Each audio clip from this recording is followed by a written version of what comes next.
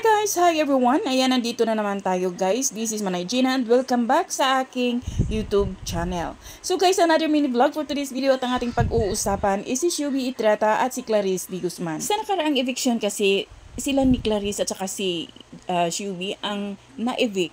Ngayon, maraming mga komento na bakit sila ang pinakamalakas, sila ang mayroong potential na magiging parang big four ni Kuya. Kaso nga, na-evict nga silang dalawa.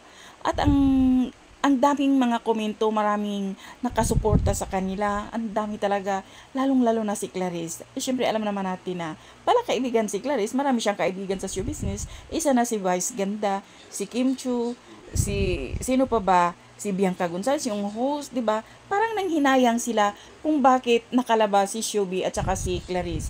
Pero marami din namang mga negatibong komento kay si Shubi ang dahilan kung bakit na-evict sila kasi bully si Shubi.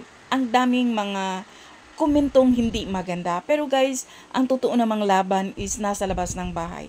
Malay nyo kung magiging talagang maraming project na dumating dito kay Shubi, 'di ba? So, wag na siguro tayong mag-away-away, wag nang maraming mga masasakit o below the belt na mga komento, no? So, yun lang guys. Thank you for watching. Bye.